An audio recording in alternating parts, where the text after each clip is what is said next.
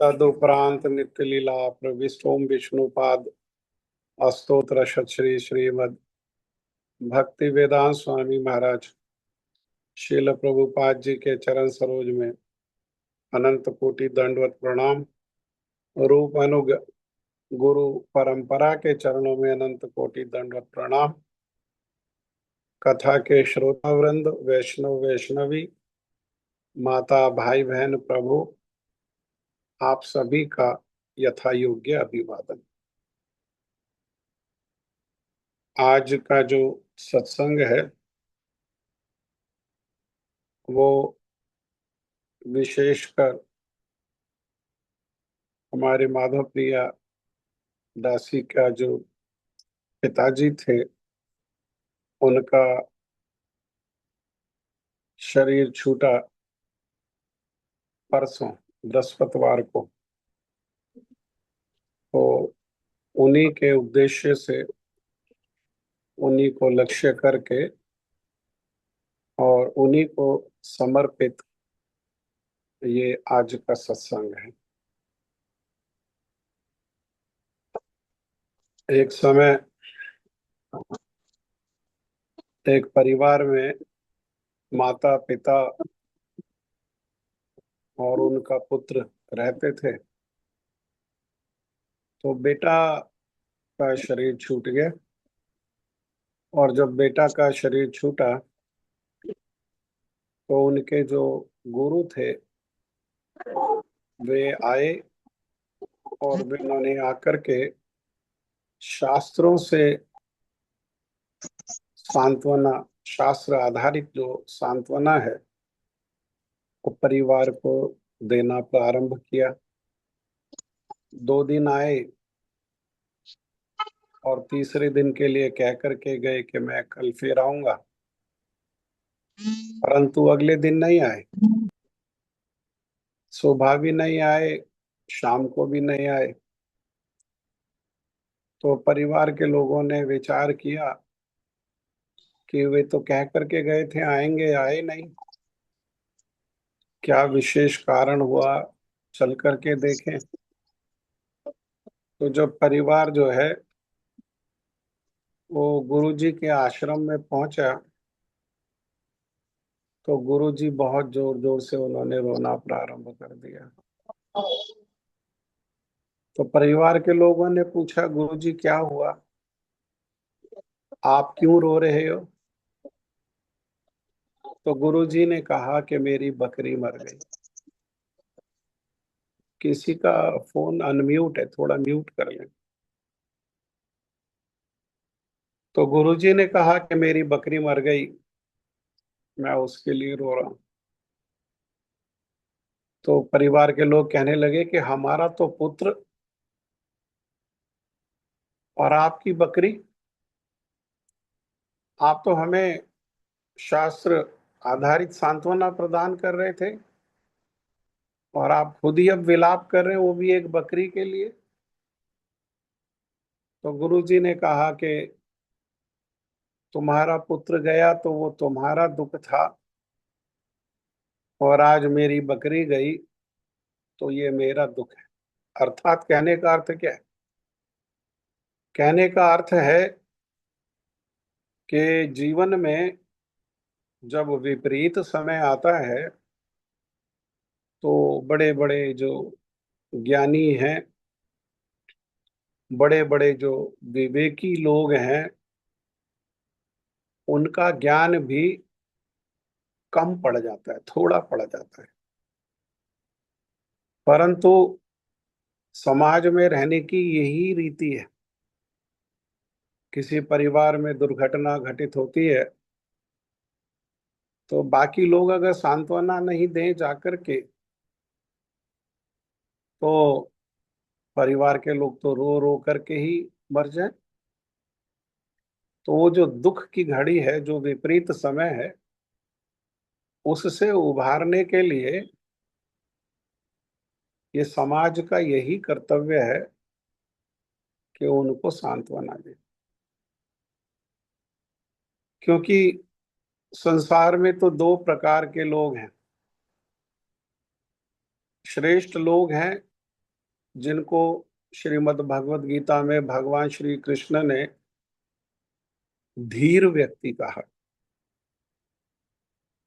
और ये जो जीवन चक्र है, इसको बताते हुए उन्होंने कहा, देहिनोऽस्मिन् यथा देहे कौमारं यौवनं जरा तथा देहांतरप्राप्ते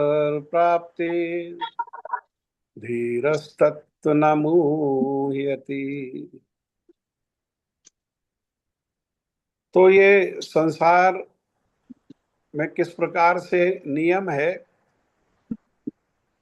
कि ये शरीर प्राप्त होता है इस संसार, और ये शरीर प्रकृति के अधीन है, और प्रकृति का नियम है परिवर्तन। तो प्रकृति के नियम के अनुसार इस शरीर में भी परिवर्तन होता है। जन्म, जन्म के बाद कौमार अवस्था, कौमार अवस्था के बाद युवा अवस्था, और युवा अवस्था के बाद कौमारम यौवनम जरा। जरा मतलब वृद्धावस्था। लेकिन परिवर्तन यही नहीं रुकता है। वृद्धावस्था के बाद भी एक और परिवर्तन है, उसको भगवान श्री कृष्ण ने कहा देहांतरण। अर्थात जैसे स्थानांतरण, एक स्थान से दूसरे स्थान पर ले जाना, रूपांतरण, एक रूप से दूसरे रूप में परिवर्तित कर देना, ऐसे ही देहांतरण अर्थात ये देह में जन्म हुआ, उसके बाद बाल्यावस्था हुई, उसके बाद युवावस्था, फिर वृद्धावस्था, और फिर ये शरीर जब जीर्ण हो गया और ये शरीर रहने के योग्य नहीं रहा, तब आत्मा क्या करती है, इस शरीर को त्याग करके दूसरे शरीर को ग्रहण कर लेती। प्रकृति का तो ये एक खेल है ना। वो खेल क्या है? वो खेल है जन्म से मृत्यु, और मृत्यु से जन्म, और फिर से जन्म से मृत्यु। तो ये जन्म क्या है? ये जैसे संसार में लोग, साधारण लोग है, भगवत गीता में इसी बात से समझाया गया कि जैसे संसार में एक खेल है, नए वस्त्रों को धारण कर लेते हैं, और वो जो नए वस्त्र हैं जब वो जीर्ण हो जाते हैं, पुराने हो जाते हैं, फट जाते हैं, तो उनको उतार करके फिर नए वस्त्र धारण कर लेते हैं, और फिर वो वस्त्र जीर्ण हो जाते हैं। तो ये नए वस्त्र धारण करना ये जन्म है, और वस्त्र पुराने हो जाने पर, जीर्ण हो जाने पर, उन वस्त्रों को त्याग करके, त्यागना ये मृत्यु है, और वस्त्रों को त्याग करके नए कपड़े पहन लेना ये फिर से क्या है, ये फिर से जन्म है। ये खेल है, ये प्रकृति का। और ये संसार, ये संसार को बनाने वाले ने एक एयरपोर्ट के जैसे बनाया। जैसे एयरपोर्ट होता है, तो एयरपोर्ट में दोनों चीज है, अराइवल भी है और डिपार्चर भी है। हाँ, अराइवल होता है, कोई आता है तो खुशी होती है, सुख होता है, आंखों में सुख का आंसू आता है। और जब छोड़ने जाते हैं, जब डिपार्चर होता है, तो दुख होता है, और आंखों में दुख का आंसू है। परंतु ये संसार का इसी प्रकार का नियम है, अराइवल और डिपार्चर। आना जाना है, तो आना जाना तो है, लेकिन यहाँ आए हैं तो जाना ही जाना है। और परंतु जाने जाने में भेद है कि कौन किस प्रकार से जाता है, यही भेद है।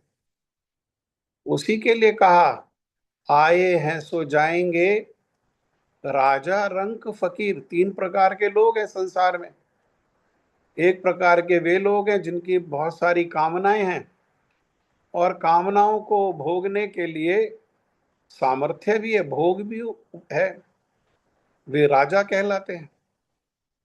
दूसरे प्रकार के रंक हैं जिनकी कामनाएं तो हैं लेकिन भोग का अभाव है, उन्हें रंक कहते हैं।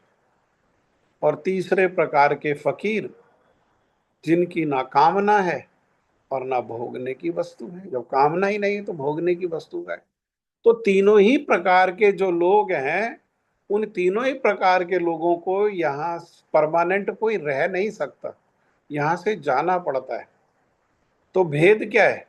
भेद है, कोई सिंहासन चढ़ चला और कोई बंधा जंजीर। जाने में भेद है। किसी को जंजीर में बांध करके खींचा जाता है गर्म रेत पर नंगे पैर, और किसी को सिंहासन पे पालकी पर बिठा करके कंधा में ढो करके यहां से ले जाया जाता है इस संसार से। हाँ, तो इसी संबंध में महाभारत की एक बहुत सुंदर कथा है। जिस समय ये पांचों पांडव और द्रौपदी ये वन में थे, तो वन में घूमते घूमते घूमते एक स्थान से दूसरे स्थान, दूसरे स्थान से तीसरे स्थान पर जाते जाते ये लोग ब्रज में आए। और ब्रज जो है 84, वो 12 वनों से मिलकर के बना है। हम्म। उसमें वृंदावन है, बेल वन है, काम्य वन है, मधुवन है, इस प्रकार से 12 वनों को मिला करके ये ब्रज 84 है। तो वो ब्रज में काम्य वन में आए। जब काम्य वन में आए तो वहां आकर के गर्मी का समय था, सूर्य का ताप होने के कारण सबको प्यास लग रही है। तो बाकी तो क्षत्रिय स्वभाव है तो सहन कर रहे हैं, परंतु द्रौपदी तो स्त्री है, वो सहन नहीं कर पाई और उसने युधिष्ठिर को कहा कि मुझे बहुत जोर से प्यास लग रही है, कृपया पानी की व्यवस्था करो। युधिष्ठिर महाराज ने सबसे छोटे भाई को कहा कि जरा देखो आसपास पानी कहाँ पर है और पानी लेकर के आओ। तो वो पानी लेने के लिए गए तो देखा एक बहुत सुंदर सरोवर है, और वो सरोवर को देख करके प्यास लग रही थी, तो पहले अपनी प्यास को बुझाने के लिए उन्होंने उसमें जैसे ही जल में हाथ डाला तो एक बहुत गंभीर स्वर उनको सुनाई दिया। उसी सरोवर के बीच में एक वृक्ष था और वृक्ष पर ही एक यक्ष रहते थे, उन्हीं का वो स्वर था। और उन्होंने कहा कि देखो ठहरो, ये सरोवर मेरा है, मैं इस सरोवर का स्वामी हूं।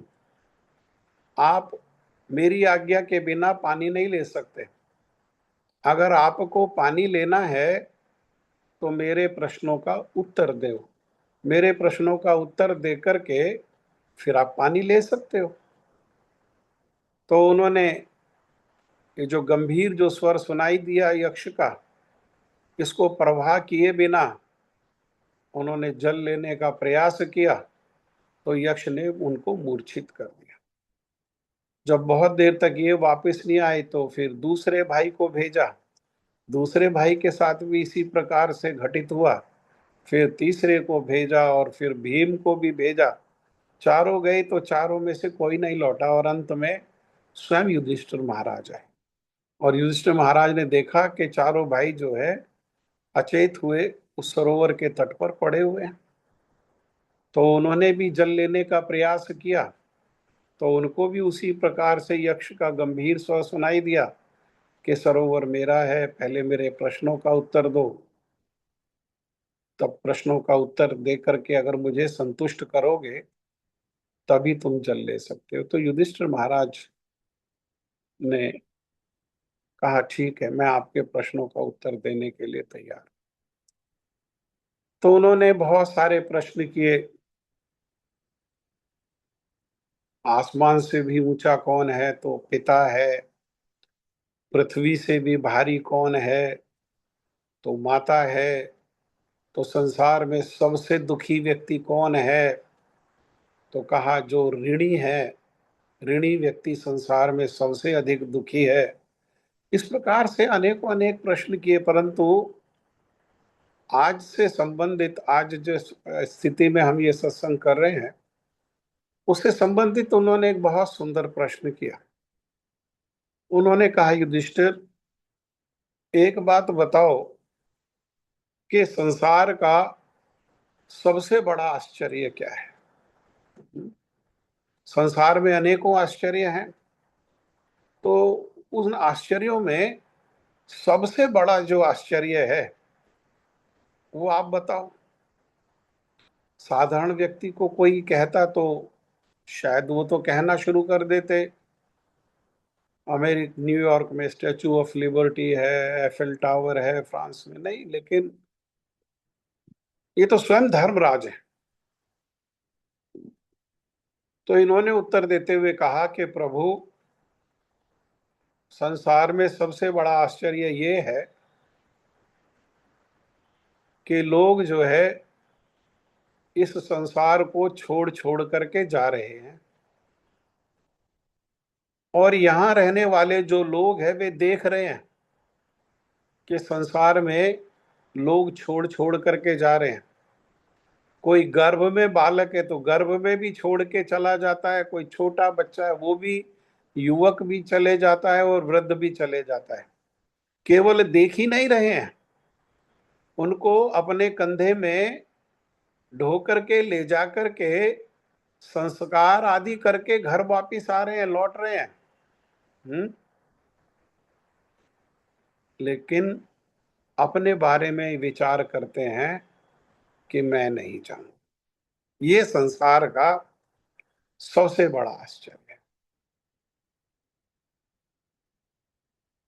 क्यों, ऐसा क्यों है कि किस बात से पता लगता है कि संसार के लोगों का ऐसा विचार है कि मैं नहीं जाऊंगा? ये तो साधारण ज्ञान है कि संसार में जो भी आएगा वो आज नहीं तो कल, कल नहीं तो परसों, और परसों नहीं तो बरसों जाना ही जाना है उसको, और सभी को जाना है। लेकिन ये ज्ञान केवल बुद्धि के स्तर पर है, आचरण के स्तर पर, अनुभव के स्तर पर ये ज्ञान नहीं है। क्योंकि जिसको जाना होता है वो जाने की तैयारी करता है। जैसे मान लो कोई व्यक्ति एक पैकेज ले 3 नाइट्स और 4 डेज का, और मनाली में जाने का, ठंडे स्थान में जाने का पैकेज ले, तो वो हाथ पे हाथ रख के थोड़ी ना बैठा रहेगा। पैकेज लिया तो वो क्या करेगा? वो पैकेज लिया है तो उसके लिए वो तैयारी करेगा, सूटकेस निकालेगा, झाड़ेगा, कपड़े उसमें रखेगा। उसको पता है वहां पर सर्दी होगी, सर्दी के कपड़े रखेगा, अपना फर्स्ट एड बॉक्स जो है वो रखेगा, अगर सांस की कोई तकलीफ है तो अपना पफ वगैरह रखेगा, सब प्रकार से तैयारी करेगा। हाँ, लेकिन हम लोग यहाँ पर हैं और हम में से सबको जाना है, और किसको कब जाना है पता नहीं। कौन सांस अंतिम है हम में से कोई नहीं जानता। लेकिन फिर भी लापरवाह होकर के हम लोग यहाँ रह रहे हैं और जाने की तैयारी नहीं कर रहे हैं। हाँ, जैसे पैकेज होता है तो वो एयरपोर्ट पे पिक करने के लिए आ जाते हैं, होटल में पहुंचते हैं तो होटल में वेलकम ड्रिंक मिलता है, वहां पर रूम की व्यवस्था, खाने की व्यवस्था, घूमने फिरने के लिए गाइड की व्यवस्था। ऐसी ही व्यवस्था कोई हो जाए जो बड़ी सहज हो, सरल हो, सुखमय हो, उसके लिए हम कोई तैयारी नहीं करते। उसके लिए तैयारी क्या है? उसके लिए तैयारी है भक्ति। और भक्ति के अनेकों अंग हैं, लेकिन इस कलयुग में जो सबसे शक्तिशाली अंग है वो है भगवान के नाम का कीर्तन। जिसको हम शरीर ढोते हैं तो उस समय तो कहते हैं कि राम नाम सत्य है, गोविंद नाम सत्य है, गोपाल नाम सत्य है, हरि का नाम सत्य है। अर्थात अंतिम सत्य और पूर्ण सत्य क्या है? वो भगवान का नाम है। परंतु भगवान का नाम इतना शक्तिशाली है कि जैसे अभी पिताजी चले गए हैं तो उनको इस समय ना तो हमारा धन सहायता कर सकता है, ना हमारा ज्ञान सहायता कर सकता है, ना हमारा कोई बल उनको सहायता कर सकता है। संसार की कोई वस्तु उनको सहायता नहीं कर सकती। उनको क्या सहायता कर सकते हैं? अगर कुछ सहायता कर सकता है तो वो है भगवान का नाम। भगवान का नाम ही उनको सहायता कर सकता है। और केवल उन्हीं को सहायता नहीं कर सकता, जो उनके उद्देश्य से भगवान का नाम लेंगे तो नाम लेने वाले का भी अपना मंगल हो। ये भगवान के नाम का जो कीर्तन है कलयुग में, सारे शास्त्र, सारे पंथ एक स्वर से यही बात को कहते हैं कि कलयुग में केवल भगवान का नाम, केवल भगवान का नाम और केवल जो है भगवान का नाम। सहज है, सरल है, कोई खर्चा नहीं है। हाँ, लेकिन इतना सहज होने पर, इतना सरल होने पर, बिना खर्चे का कोई वस्तु है जिसके लिए कलयुग में कोई नियम नहीं है, कोई समय का बंधन नहीं है। संसार के लोग उसको नहीं बोलते हैं। संसार के लोग बाकी सब बातों को बोलते हैं, जिन बातों को बोलने का कोई महत्व नहीं है, जिन बातों को बोलने से कोई लाभ नहीं है, उनको भी बोलते हैं। लेकिन जो सबसे महत्वपूर्ण बात है भगवान का नाम, उसको नहीं बोलते हैं। ये संसार का सबसे बड़ा आश्चर्य है। और ये संसार में सबसे बड़ा दुख भी है, सबसे बड़ा कलेश भी यही है। हाँ? इसी प्रकार से प्रहलाद महाराज के उपाख्यान में भी, प्रहलाद महाराज छोटे से बालक हैं, 5 वर्ष के बालक हैं,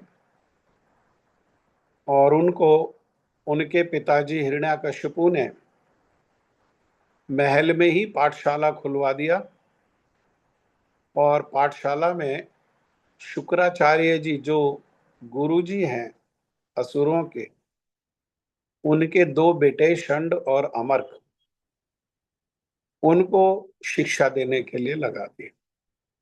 और वे असुर होने के कारण शिक्षा देते हैं अर्थनीति, भेद नीति, कूटनीति, ये सारी शिक्षाओं को प्रदान करते हैं। श्रीमद् भागवत के अनुसार ये जो अर्थनीति, भेद नीति और कूटनीति, राजनीति, ये जितने भी प्रकार की शिक्षाएं हैं, ये सब आसुरी शिक्षाएं हैं। और जब उनको लगा कि उन्होंने स्टूडेंट को, अपने प्रहलाद महाराज को खूब अच्छे से पढ़ा लिखा दिया है, तो वो एक दिन जो है वो राजकुमार को, प्रहलाद महाराज को लेकर के महल में आए। और महल में आए तो माता ने बड़े प्रेम से उनको स्नान आदि कराया, वस्त्र पहनाए, उनका श्रृंगार कर दिया और पिता के पास भेज दिया। और पिता ने बड़ा प्रेम से बेटा को गले लगाया, उनके सर को सूंघा, उनके हाथ को चूमा, अपनी गोदी में बिठाया। और अपनी गोदी में बिठा करके उन्होंने कहा कि बेटा, तुमने जो गुरुजी से सीखा है, शंड और अमर्क से, उनमें तुम्हें जो सबसे अच्छी शिक्षा लगती है वो शिक्षा क्या है, वो शिक्षा हमको बताओ। तो प्रहलाद महाराज ने कहा, तत्साधु मन्ये असुरवर्य देहिनाम सदा सम उद्विग्न धियाम असद्ग्रहात् हित्वात्मपातं ग्रहम् अंधकूपम वनम गतो यद हरिम आश्रय। प्रहलाद महाराज ने कहा, पिताजी, संसार में जो प्राणी है वो मैं और मेरे, अहम और ममेती, इसके झूठे आग्रह में पड़ा हुआ है और इसके झूठे आग्रह में पड़ करके सदा ही अत्यंत उद्विग्न रहता है, शांति से नहीं रह पाता, शांति प्राप्त नहीं होती उसको, हर समय उद्विग्न रहता है। ऐसे प्राणियों के लिए मैं ये ठीक समझता हूं कि वे अपने अधा पतन का जो मूल कारण है वो क्या है? ग्रहम अंधकूपम। ये घर जो अंधा कुआं के जैसे है। कैसे है ये? है तो कुआं, लेकिन ऊपर से घास से ढका हुआ है, अनुभव ही नहीं होता कि ये कुआं है। तो वो क्या करें? वे अपने घर को छोड़ करके, उन्होंने तो कहा घर को छोड़ करके, घर को छोड़ने का अर्थ क्या है? इसमें जो प्रगाढ़ आसक्ति है, उस आसक्ति से निकल करके, अपने आप को निकाल करके उस आसक्ति को भगवान श्री हरि के चरणों में लगाएं और भगवान श्री हरि के शरण ग्रहण करके उन भगवान की सेवा भजन करें। तो घर कैसा है? घर है अंधा कुआं। घर को अंधा कुआं बताया।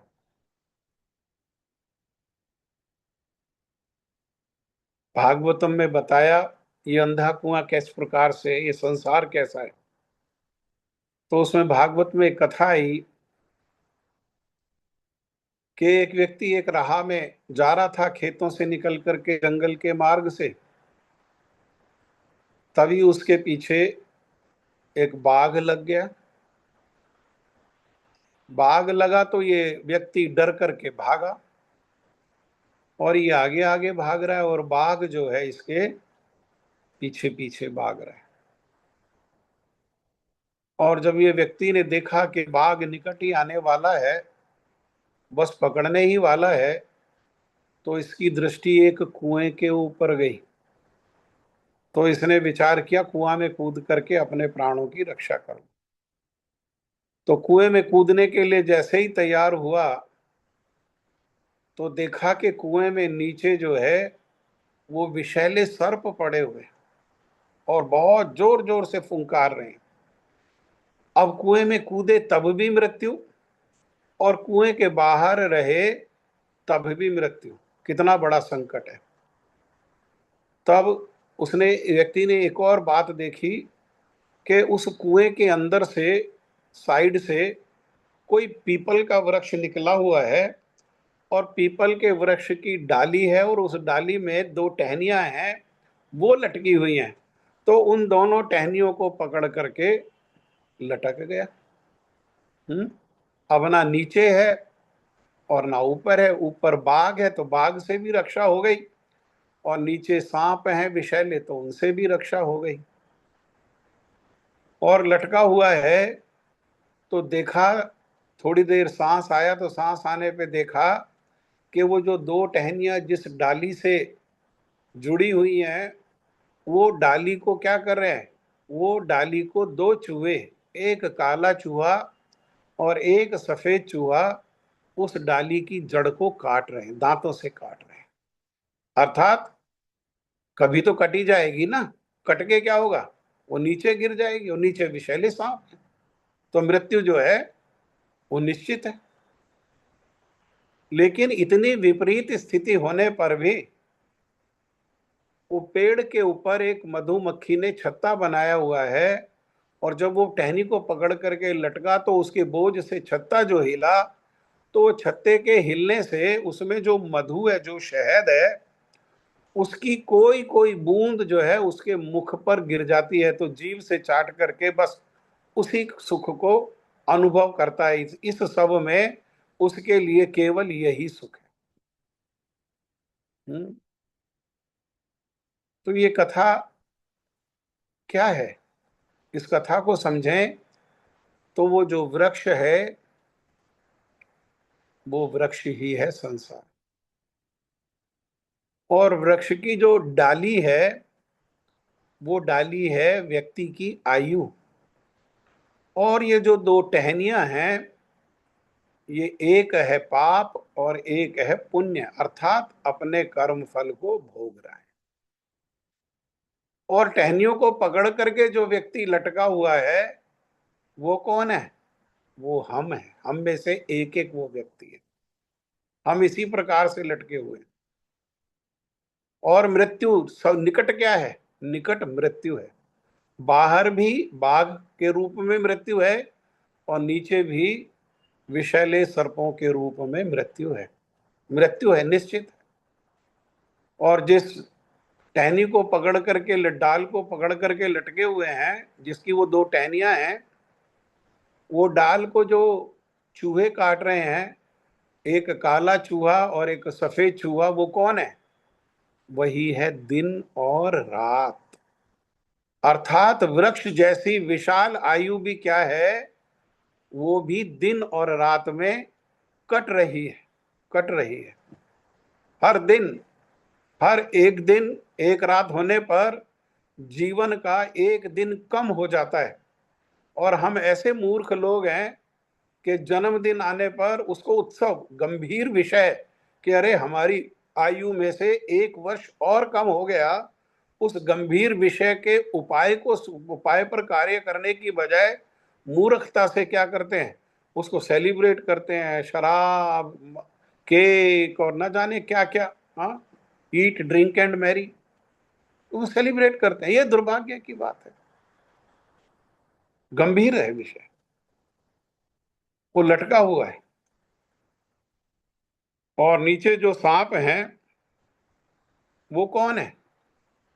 वो सांप ही है संसार में कलेश, भय, मोह, शोक, काम, क्रोध, युद्ध, लड़ाई, हाँ, ईर्ष्या, मनुष्य मनुष्य के बीच में लड़ाई, और राज्य राज्य के बीच में लड़ाई, देश देश के बीच में लड़ाई।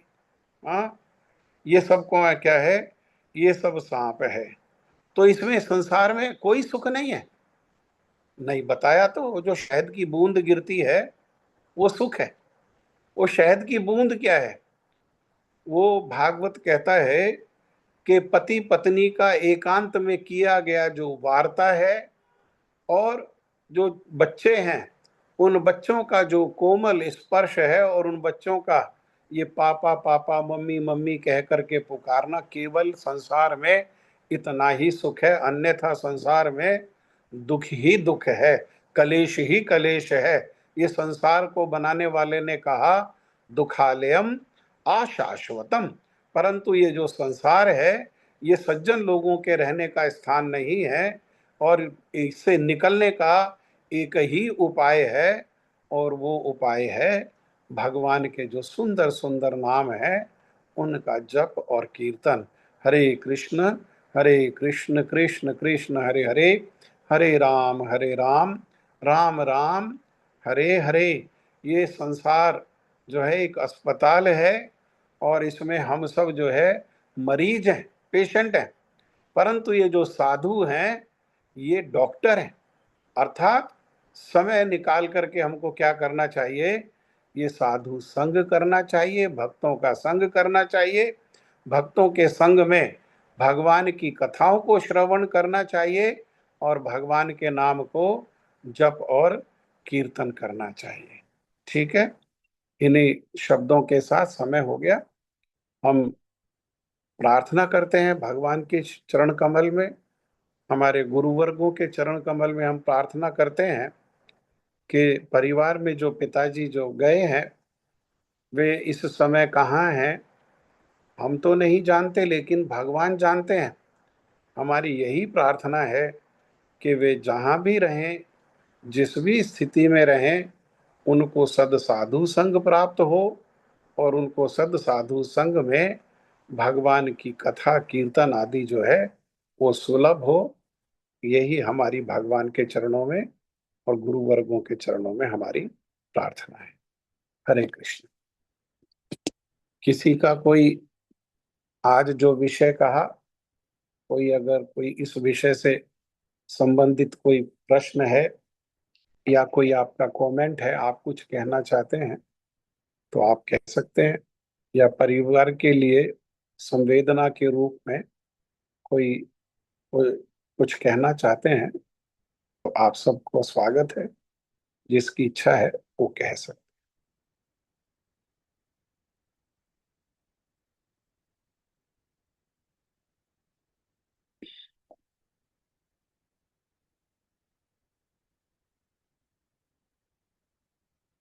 ठीक है। प्रभु जी, फिर एक सवाल जो हाँ जी। आपने अभी राजन बोल रहा हूँ। हाँ जी। एक जो भी आपने कथा सुनाई उसमें आपने बताया शेर पीछे भाग रहा है, तो शेर किस चीज को रिप्रेजेंट कर रहा मृत्यु। मृत्यु हर समय, काल हमारे पीछे लगा हुआ है।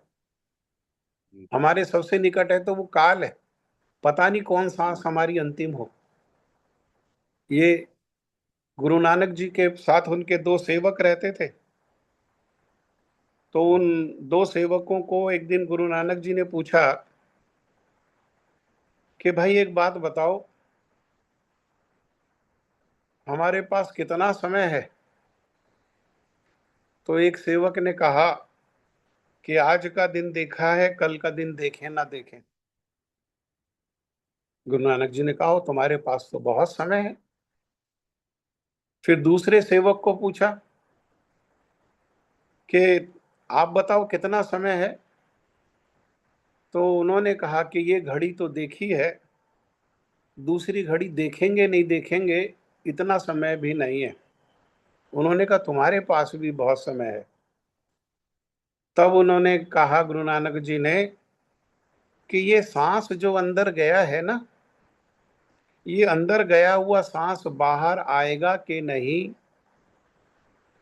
और जो सांस छोड़ा है उसके बाद सांस अंदर जाएगा कि नहीं, बस इतना ही समय। ये सांस का आना जाना ही तो समय है, और तो कोई समय नहीं है।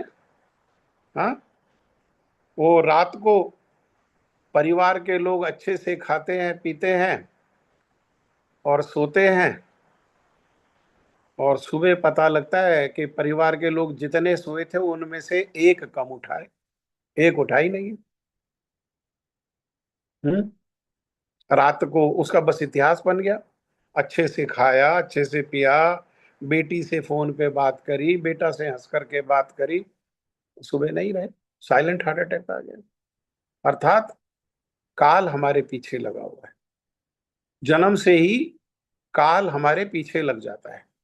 एक एक दिन होकर के, एक एक दिन जैसे कम होता है, काल हमारे निकट आते जाता है। मान लो 100 वर्ष की आयु है, एक दिन कम हुआ तो 100 वर्ष नहीं रहे, 99 वर्ष और 364 दिन रह गए। एक वर्ष कम हो गया तो 99 वर्ष रह गए। 50 वर्ष कम हो गया तो 50 वर्ष रह गए। काल जो है वो निकट आते जा रहा है। हमारे सबसे निकट काल है। ये बाघ जो है ये काल है, मृत्यु है। जी।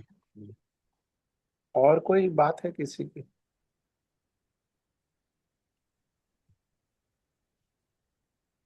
ठीक है। हमारी आप सबसे यही प्रार्थना है हाथ जोड़ करके कि जो आत्मा हमारे बीच में नहीं है, जो चले गए हैं, उनके उद्देश्य के लिए भी और अपने मंगल के उद्देश्य के लिए भी हम लोग भगवान की कथा को श्रवण करें, भगवान के नाम को जप करें, भगवान के नाम को कीर्तन करें।